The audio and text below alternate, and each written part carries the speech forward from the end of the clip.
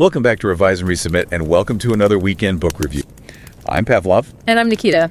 Okay, today we're getting into something really central to modern football.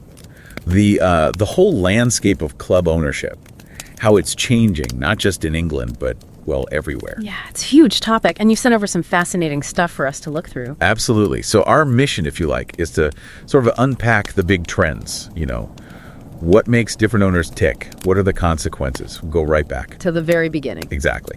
And trace it forward to things like multi-club ownership, state ownership, all that. We want to find those surprising bits, the aha moments, without it feeling like a lecture. And we'll keep it clear, right? No confusing jargon. Definitely. Okay, let's get started. Where do we begin? Back in the 1880s. Yeah, it's funny. The Football League itself, 1888, it came about because things were just too unreliable before then. Games canceled, no proper schedule. Just ad hoc fixtures. Exactly. And William McGregor from Aston Villa, he was the key figure there, first president. Villa were founder members, of course. And the money side started taking shape pretty quickly too, didn't it? It did. Birmingham City Small Heath Alliance, back then they were the first limited liability company. Same year, 1888. Which is a big deal, right? Protecting the owner's personal cash from club debts made it more secure. Yeah, more professional, you could say. And others followed, Newcastle, Liverpool, Everton, pretty quickly. But then you get Nottingham Forest, still a sort of old-style Victorian association until 1982. 1982. And winning European Cups under Clough like that, it's amazing. Shows the old ways could still work, for a while at least. It really does. And those early stories, they tell you a lot. Like Everton leaving Anfield. Yeah, 1891. And it wasn't some big philosophical split at first, was it? No. Just the landlord, John Holding, who was also Everton's chairman, putting the rent up. So Everton up sticks, built Goodison Park. Simple as that, almost. Although Holding had that great line about blaming teetotal fanaticism among his rivals. Shows how local personalities and maybe politics were mixed in. Definitely. And then there's Sir Henry Norris at Woolwich Arsenal from 1910. Yes, the move north. He really wanted to shift the club somewhere more populated, lobbied hard, got the move done in 1913. Which didn't exactly thrill Tottenham. No. Sparked that rivalry for sure. And he already tried to merge Arsenal with Fulham, but that got blocked. Shows there were rules even then. And he was, a knighted MP? Conservative MP, yeah. Quite a figure. It makes you think these early owners, they weren't all the same type we see now. Right. You had guys like Bob Lord at Burnley, the butcher. Built a big meat business empire, apparently very sharp from a young age. That's quite different from someone making their money purely in finance later on. A strong local connection there. Then you get the likes of Ken Bates. Yeah. Totally different background. Yeah, Londoner, various businesses, no prior connection to Oldham when he bought them in the 60s, or Chelsea later for that famous £1. And his ideas. Yeah. Well, they were certainly different. Electric fences. Definitely signaled a shift towards maybe a more unconventional approach. So these early decades, it's a gradual move, isn't it? From local guys to maybe more business-minded people, but still often with local links. Yeah, and that limited liability thing was key for stability. But Forrest shows the old model could hang on. The direction, though, was towards more formal structures. And that speeds up when the rules change, allowing owners to actually make money directly. Dividends, salaries. Exactly.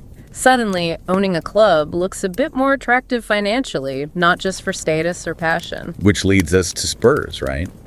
Floating on the stock exchange, 1983. A massive moment. Irving scholar. And the main reason, interestingly, wasn't just about lining pockets then. No, it was funding, wasn't it? For the West Stand. Right. They needed capital investment. Douglas Alexiou at the time called the old structure outdated and Victorian. Felt like modernization. Setting a precedent, maybe. Definitely. But then you get Jack Walker at Blackburn. Different kettle of fish entirely. 90s. Huge personal wealth. Basically handed Kenny Dalglish a blank check, as they say. Leading to Shearer, Sutton. And the Premier League title. 9495. Unbelievable, really. It just showed how quickly serious money could change everything on the pitch. It absolutely did. Challenge the whole established order, maybe pave the way for the super rich benefactor era we see more now. And connecting that, the wage gap just explodes around this time, too. The numbers are pretty stark. First Premier League season, players earn maybe 5-6 times the average wage. And now, 2023-24 figures. It's nearly 96 times more. Someone like De Bruyne earning astronomical sums weekly compared to an average worker. It's just, wow. A different world financially. Which kind of brings us towards the more recent, sometimes controversial stuff. Nation states. Yeah, the era of nation-state ownership. And that phrase, soft power. PSG is the classic example. Qatar Sports Investments, QSI, buying them in 2011. Right around the time Qatar got the 2022 World Cup hosting rights, the link seems pretty clear. Using a big club to boost global image and influence. That's the idea of soft power, isn't it? Essentially, yes. Projecting a positive image through culture, through sport. And PSG's strategy evolved, didn't it? First, big names. Ibrahimovic, Beckham, make a splash. Then the Galacticos phase. Neymar, world record fee. That sent ripples everywhere. Barca, Liverpool. Huge knock-on effects.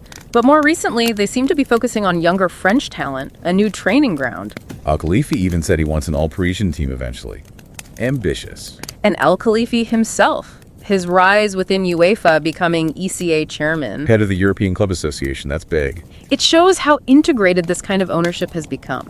Of course, there are always questions about motivations beyond just helping football. And he faced those bribery allegations too, though he was cleared. Complex stuff. Very. And you see similar dynamics, similar questions with the Saudi PIF takeover of Newcastle in 2021. Right. The sports washing debate again. Using sport to distract from human rights concerns. And the fan reaction there was complex too, wasn't it? Huge excitement about the money, but also real ethical concerns for many. Lena Al-Hathloul's point was interesting, that it's not just rebranding, it's about trying to normalize the state itself. It puts fans in a difficult position, doesn't it? How do you balance the potential success with where the money's coming from? No easy answers. And looking elsewhere, you see totally different attitudes. That Guangzhou City example in China. Yeah, club moving cities multiple times, then just dissolving. That connection to place so strong in Europe seems much weaker there. A different football culture. Which brings us back to the clashes we often see here. Ideals versus reality. Like the Red Bull model. Ah, yes. RB Leipzig, Red Bull Salzburg. Very successful on the pitch, slick global marketing. But the way they took over Austria Salzburg, forced name change, colors, crust, alienated loads of fans. Who then formed their own club, right? SV Austria Salzburg. Exactly. And Red Bull's comments about the old fans calling them violent ultras, it showed a real disregard for traditional fan culture when it gets in the way of the brand. It highlights that for some owners, the club is just a tool for something else. Marketing, influence. Which is the opposite extreme to fan ownership, often seen as the ideal, maybe. The utopian dream, perhaps. Giving fans a real stake. Exeter City's takeover in 2003 is a great example. Especially after the previous owners ended up in jail. Exactly. And Portsmouth fans rallying to save their club, too. But it's tough, isn't it? Oh, yeah. Julian Tagg at Exeter has been honest about how complex running a club actually is. Even when the fans own it, it's not simple. And can it work long-term at the highest levels? Exeter, Hearts in Scotland. Great stories, but the financial gap. It's huge. Tagg himself seems less optimistic now about bridging that gap to the very top leagues. The money involved is just staggering. Then you got Michael Eisner at Portsmouth, the Disney guy. Different approach again. Yeah, cheesy analogies included. Mixed views on how well that's gone, I think. And Lust FC, community-owned, thinking about taking investment for their women's team. That tension between principles and ambition. Always a balancing act. But we are seeing some genuinely new models emerging, too. Like Wrexham. Reynolds and Michelini. Totally unique. The documentary, the global profile, 2 promotions. It's an incredible. But does it create an unfair advantage at that level? The sponsorship, the attention. That's the debate, isn't it? Compared to other National League clubs, it's a different world. What's fair competition? And pushing boundaries further. #United. Started as a YouTube channel. Global online community, not tied to a place in the same way. Sponsored by football manager Adidas. Very 21st century. In Crawley Town. The crypto guys.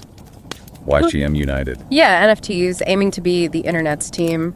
Some bizarre stunts, lots of manager changes. Feels a bit chaotic. Definitely unconventional. And Forest Green Rovers. Dale Vince just sort of bumped into owning them, apparently. And turned them into the eco-friendly vegan club. Global profile for that, too. Yeah, despite the shoving carrots chants from opposition fans, even appointments like Troy Deeney as manager briefly, always doing things differently. It just shows the sheer variety now. Which leads us to another massive trend. Multi-club ownership. Yeah, this is becoming really dominant. One group owning stakes in several clubs. City Football Group is the big one. Man City, Girona, Troyes. And 777 Partners tried to get Everton right. They already have Genoa, Hertha Berlin. Loads of clubs. The potential benefits are clear. Share players, scouts, data, save money. But the downsides. Loss of identity is a big one. Good. Fans worry their club just becomes a feeder team or priorities clash. That Strasbourg fan quote about losing independence really hits home. And the owners themselves, 777 partners, had a lot of questions around their finances, didn't they? Accusations of predatory lending. Yeah, their background raised concerns. It contrasts with groups like Orlegi, who seem to have a slower, maybe more community-focused approach. Their success with Atlas in Mexico gets mentioned. So different styles even within the multi-club model. Definitely. Red Bull's Network 2, Salzburg, Leipzig, New York. Strategically moving players, coaches. Though Leipzig seems the clear priority now. It's complex, maybe a bit worrying for tradition. But is the picture different in the women's game? It seems to be evolving with its own dynamics, yes. You see people like Natalie Portman involved with Angel City FC. Driven by social justice issues, pay equality. Exactly. Different motivations sometimes, and the growth is phenomenal. Valuations rising, big investments, revenues climbing for clubs like Barca, Real Madrid. And specific investment groups targeting women's football, like Mercury 13. Yeah, Victoire Covagina Reynal's group. Seeing it as both an ideological move supporting women's sport and a smart investment. That quote about it being inherently a gender equality movement says a lot. Haley Rosen saying similar things. Mm-hmm. And Michelle Kang buying stakes in Washington Spirit, Lion, London City Lionesses. Treating it as serious business, building a portfolio. It feels like there's huge growth potential there. Yeah. Maybe more straightforwardly than in the men's game, where valuations sometimes seem disconnected from reality without massive star signings. Possibly, yeah. The potential for combining growth, profit, and positive social impact seems really strong in the women's game right now. But we have to touch on the dark side of ownership, too. Mm-hmm. It's not all glamour and success. No, sadly not. The sources highlight some really grim examples. Jeffrey Reynolds at Darlington, a convicted criminal running the club into the ground. Ramzan Kadyrov using Akhmat Grozny in Chechnya for propaganda. And Yilka Resnatovic, Arkan, controlling FK Obilic, a paramilitary leader indicted for war crimes. Truly shocking. Shows how clubs can be exploited. Even the Muto finance thing at Notts County, Svinger and Eriksson, fake Bahraini royals, weird North Korea links. It sounds like fiction. But the consequences are real. That joinery firm, TWC, going bust because Portsmouth didn't pay them under previous ownership. Real people affected. And Gordon Sorfleet, the Bury fan, watching his club destroyed by Steve Dale's ownership, expelled from the league. Heartbreaking. Absolutely devastating for a community. Then you have Mazar Majid using Croydon Athletic for money laundering. Bringing the whole club down. Yeah. And Joop Munsterman at FC20, financial chaos, reputational ruin. It shows the damage bad ownership can do. Which brings us back to motivations. Why do people do it? It can't always be just about profit. No. Status? Definitely. Political clout? Berlusconi's a classic example. Money laundering is a risk. Hence, EU regulations trying to clamp down. And sometimes it's just genuine local passion, right?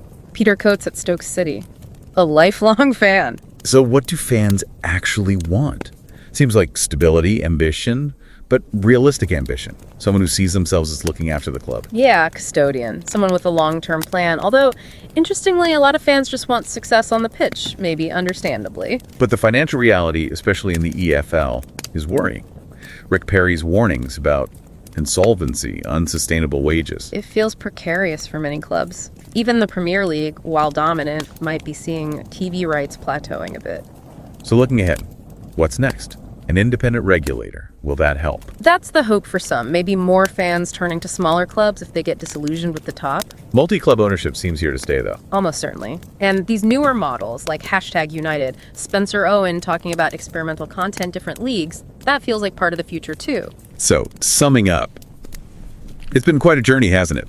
From local butchers and MPs to global finance nation-states. A huge evolution. And the motivations are just as varied. Passion, profit, power, politics, marketing, sometimes even crime, sadly.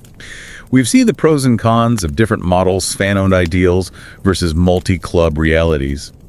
And the women's game forging its own path. Understanding all this, it's key to making sense of modern football, connecting the history to what's happening right now. Absolutely. It helps you, the listener, be really informed about the forces shaping the clubs we care about. So maybe a final thought to leave you with. Considering everything we've talked about, the money, the different owners, the pressures, What do you think really defines a football club's long-term health? What keeps its soul intact in this modern era? Thinking about all these examples, what do you value most? Something to mull over. And don't forget to subscribe to Revise and Resubmit on Spotify and Apple Podcasts for more captivating deep dives like this one. Until next time, keep those minds curious, keep questioning, and keep revising and resubmitting.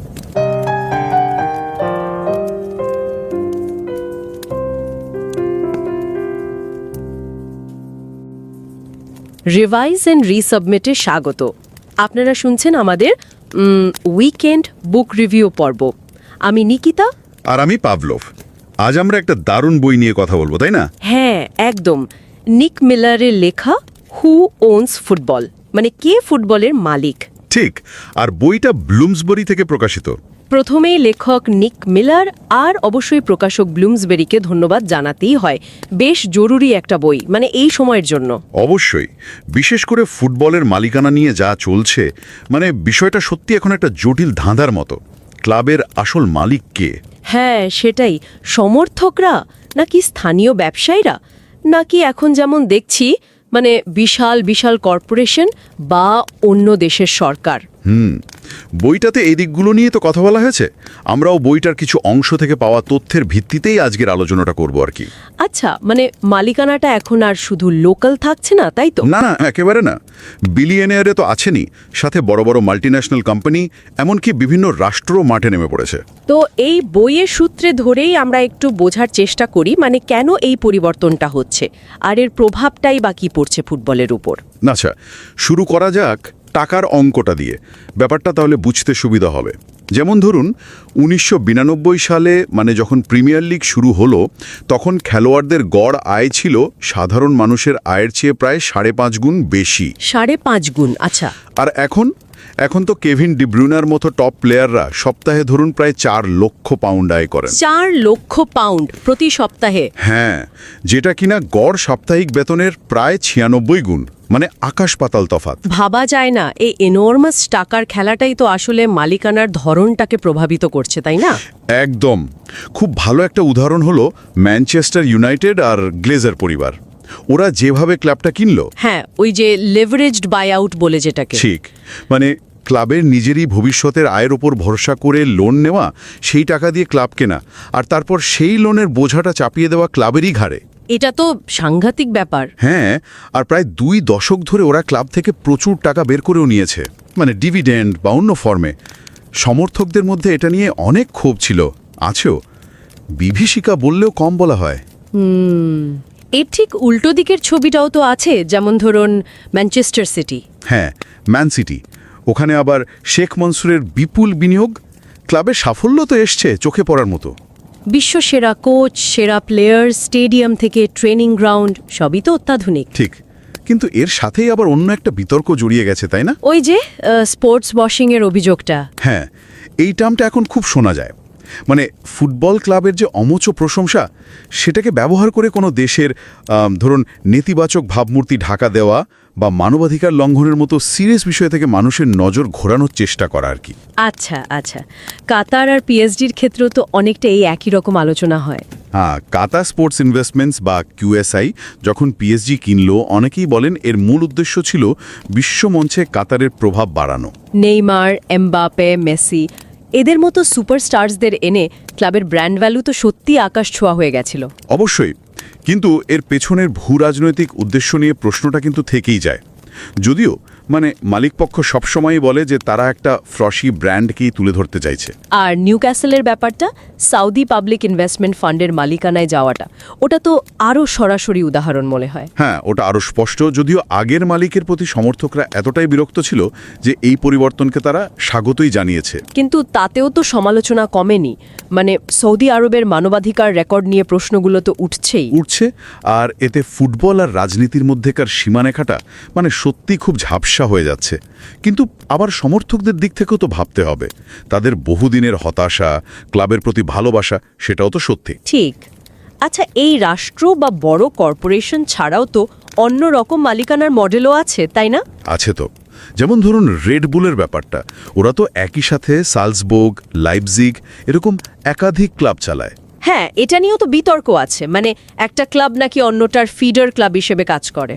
অভিযোগটা সেরকমই, মানে একটা club থেকে খেলোয়াড় তৈরি করে অন্য ক্লাবে পাঠানো হয় আর কি। এখন প্রশ্ন হলো, এটা ফুটবলের মূল যে স্পিরিট তার সাথে কতটা সঙ্গতিপূর্ণ? আবার অন্যদিকে সমর্থকদের মালিকানার কথাও তো ওঠে, জার্মানিতে যেমন। হ্যাঁ, জার্মানির 50+1 নিয়ম, ওটা খুব গুরুত্বপূর্ণ একটা মডেল। ওখানে নিয়ম হলো ক্লাবের ভোটিং শেয়ারের বেশিরভাগ, মানে 51% বা তার বেশি, সমর্থকদের হাতেই থাকতে হবে। তার মানে ক্লাবের নীতি নির্ধারণের সমর্থকদের একটা বড় ভূমিকা থাকে। একদম। বাইরের বিনিয়োগকারী চাইলেই যা খুশি করতে পারে না। ক্লাবের পরিচালনায় ফ্যানদের নিয়ন্ত্রণটা বজায় থাকে। ইংল্যান্ডে কি এরকম কিছু আছে, ফ্যান ওনারশিপ? আছে, তবে ছবিটা একটু অন্যরকম। মানে জার্মানির মতো লিগ ওয়াইড নিয়ম নেই। কিছু ক্লাব আছে, যেমন এক্সেটার সিটি বা লিউইস এফসি। এরা খুব কঠিন সময়ে সমর্থকদের উদ্যোগেই টিকে গেছে, নতুন জীবন পেয়েছে। কিন্তু একেবারে টপ লেভেলে, মানে প্রিমিয়ার লিগে ফ্যানদের পক্ষে ক্লাব চালানোটা কি সম্ভব? টাকার খেলাটা যে অনম। সেটাই তো সবচেয়ে বড় চ্যালেঞ্জ। প্রিমিয়ার লিগে টিকে থাকতে যে পরিমাণ টাকার দরকার, সেটা ফ্যানদের পক্ষে জোগাড় করা খুবই কঠিন। র্যাক্সেমের কথাই ভাবুন না। ও হ্যাঁ, রায়ান রেনল্ডস আর রব ম্যাকেলহেনির ক্লাব। হ্যাঁ, আগে ওটা ফ্যান ট্রাস্টের হাতেই ছিল, তারপর হলিউড তারকারা এসে কিনলেন। ক্লাবের ভাগ্য তো বদলেছেই বটে, প্রচারও পেয়েছে অনম। কিন্তু সব ক্লাবের জন্য কি এটা বাস্তবসম্মত? শায়দ না। আচ্ছা, আর একটা ট্রেন্ডের কথাও তো শোনা যায় আজকাল, এই যে মাল্টি ক্লাব ওনারশিপ গ্রুপ। হ্যাঁ, এটাও খুব বাড়ছে।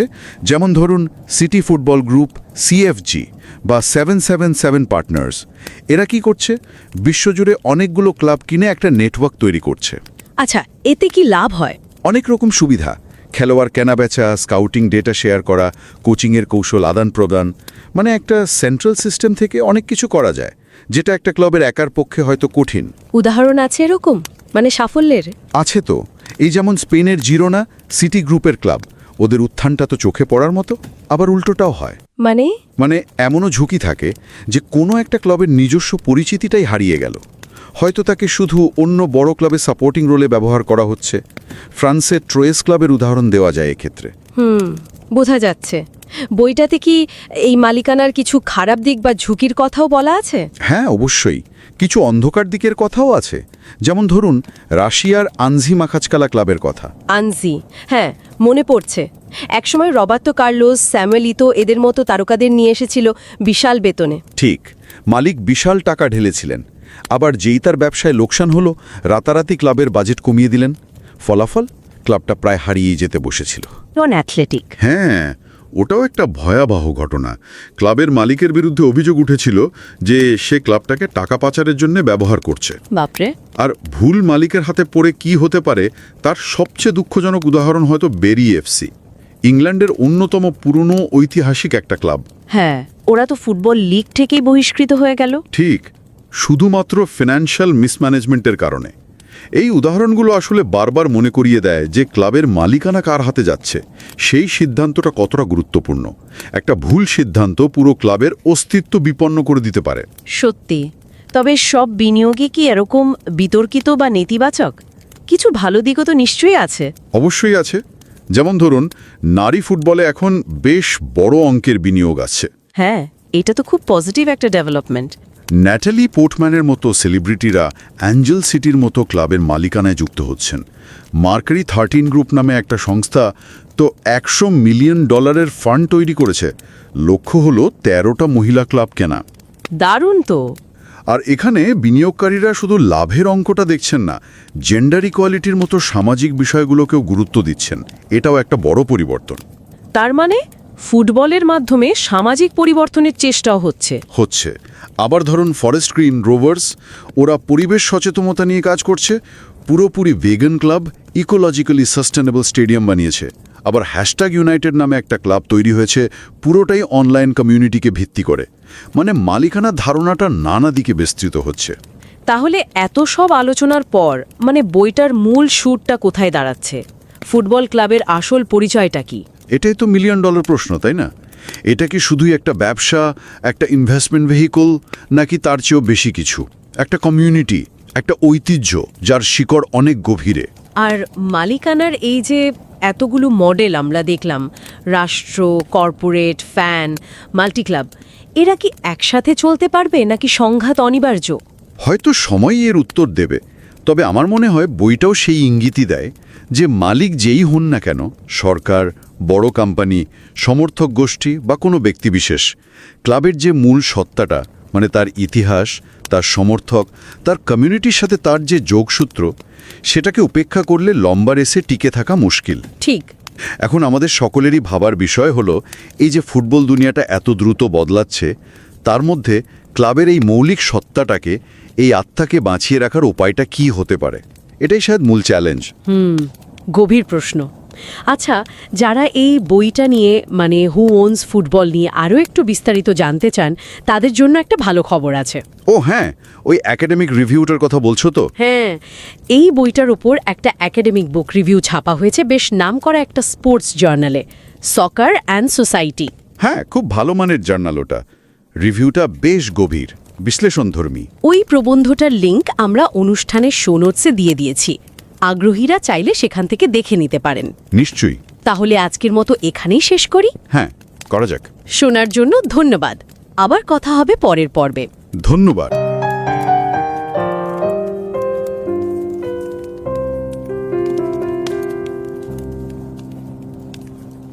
रिवाइज एंड रीसबमिट में आपका स्वागत है। आज का एपिसोड है वीकेंड बुक रिव्यू। मैं हूं पावलोव और मैं निकिता। आज हम बात कर रहे हैं निक मिलर की किताब हु ओन्स फुटबॉल पर। इसे पब्लिश किया है ब्लूम्सबरी ने। हाँ, और ये किताब मतलब फुटबॉल क्लब की ओनरशिप की जो दुनिया है ना, उसमें काफी गहराई तक जाती है।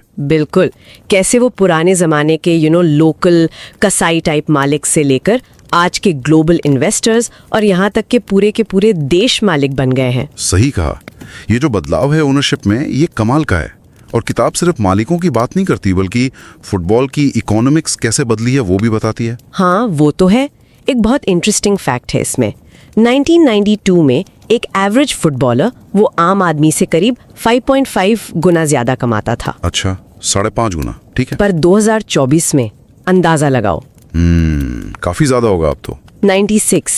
क्या बात है, 96। मतलब केविन डी ब्रुयन जैसे टॉप प्लेयर्स वो हफ्ते का 4 लाख पाउंड कमा रहे हैं। हाँ, अविश्वसनीय है ये बदलाव, और ये किताब इसी सब पे रोशनी डालती है। और हाँ, एक और जरूरी बात, इसी किताब पर आधारित एक डिटेल्ड एकेडमिक बुक रिव्यू ऐसे अब sports journal soccer and society में भी छपा है। अच्छा, ये तो बढ़िया है। हाँ, तो जो लोग और गहराई में जाना चाहते हैं उनके लिए लिंक हमने शो नोट्स में दे दिया है। जरूर देखना चाहिए। खैर, किताब में जैसे बताया है, ओनरशिप के टाइप कैसे बदले हैं। पहले वो बॉब लॉर्ड जैसे लोग थे, बर्नली के चेयरमैन, कसाई थे पहले। हाँ, लोकल बिजनेसमैन। फिर केन बेट्स आए, जिन्होंने चेल्सी सिर्फ 1 पाउंड में खरीदा था। अरे हाँ, वो भी एक कहानी है। पर आज देखो कौन मालिक है। कतर PSG का मालिक है, सऊदी अरेबिया न्यूकैसल यूनाइटेड का। और इसी से वो स्पोर्ट्स वॉशिंग वाला मुद्दा भी सामने आता है। बिल्कुल, स्पोर्ट्स वॉशिंग मतलब खेल के जरिए अपनी इमेज को सुधारने की कोशिश। हाँ, और ये थोड़ा कॉम्प्लिकेटेड इशू है। जैसे न्यूकैसल वाले केस में कुछ फैंस में ह्यूमन राइट्स पर चिंता जताई थी। हाँ, पर फिर एक फैन साइट के सर्वे में करीब 98% फैंस ने कहा कि वो टेक ओवर के हक में हैं। वही तो, मतलब एक तरफ मैदान पर कामयाबी, दूसरी तरफ नैतिक सवाल। फैंस क्या चुने, ये बड़ा सवाल है। लेकिन इसका दूसरा पहलू भी है, फैन ओनरशिप। हाँ, जैसे एक्स्ट्रा सिटी। सही, एक्स्ट्रा सिटी एक अच्छा उदाहरण है, जहां सपोर्टर्स ट्रस्ट ने क्लब को बचाया और अब वो उसे चलाते भी हैं। या फिर जर्मनी का वो 50+1 रूल, जहां फैंस के पास मेजॉरिटी स्टिक रहता है। हाँ, पर इसकी भी अपनी सीमाएं हैं। एक्स्ट्रा के प्रेसिडेंट खुद कहते हैं कि इस मॉडल से प्रीमियर लीग तक पहुंचना वो अब लगभग नामुमकिन लगता है। अच्छा, फिर रेक्सम का भी एक अलग एंगल है। अरे हाँ, रेक्सम, जहां हॉलीवुड स्टार्स रायन रेनॉल्ड्स और रॉब मैक्लेनी, उन्होंने क्लब खरीदा। फैन ट्रस्ट से ही खरीदा था शायद। हाँ, और उसके बाद क्लब को 2 प्रमोशन मिले, शहर को एक नई पहचान मिली। लेकिन उस पर भी कुछ क्रिटिसिज्म है कि उन्होंने निचली लीग में पैसों का असंतुलन पैदा कर दिया। बिल्कुल, तो हर मॉडल के अपने फायदे नुकसान हैं। और अब ये मल्टी क्लब मॉडल भी तेजी से बढ़ रहे हैं, जैसे सिटी फुटबॉल ग्रुप है या रेड बुल। हाँ, इसमें क्या है ना, रिसोर्सेज शेयर होते हैं, टैलेंट शेयर होता है, पर खतरा ये है कि जो छोटे क्लब है उनकी अपनी पहचान वो कहीं खो ना जाए। जैसे स्ट्रासबर्ग के फैंस को डर है। बिल्कुल, या फिर वो 777 पार्टनर्स जैसे ग्रुप्स, जिन पर फाइनेंशियल गड़बड़ियों के आरोप है और जिनका एवर्टन टेकओवर का मामला भी अटक गया। मतलब ये सब बहुत उलझा हुआ है। सच में, हु ओन्स फुटबॉल किताब यही दिखाती है कि फुटबॉल क्लब की ओनरशिप कितनी ज्यादा कॉम्प्लेक्स हो गई है। लोकल सेंटिमेंट से लेकर ग्लोबल पॉलिटिक्स और बड़ी बड़ी इकोनॉमिक्स, सब कुछ इसमें शामिल है। हाँ, और फिर वो बुनियादी सवाल तो रहता ही है कि आखिर ये फुटबॉल क्लब है क्या? सिर्फ एक बिजनेस, एक ग्लोबल ब्रांड, या फिर किसी कम्युनिटी, किसी पहचान का सिंबल? और इसका जवाब शायद इस पर निर्भर करता है कि मालिक कौन है। बिल्कुल। किताब के लिए लेखक निक मिलर और प्रकाशक ब्लूम्सबरी का शुक्रिया। हाँ बिल्कुल, और सुनने वालों से कहेंगे कि सॉकर एंड सोसाइटी वाला रिव्यू जरूर पढ़ें। लिंक आपको शो नोट्स में मिल जाएगा। मिलते हैं अगली बार रिवाइज एंड रीसबमिट में।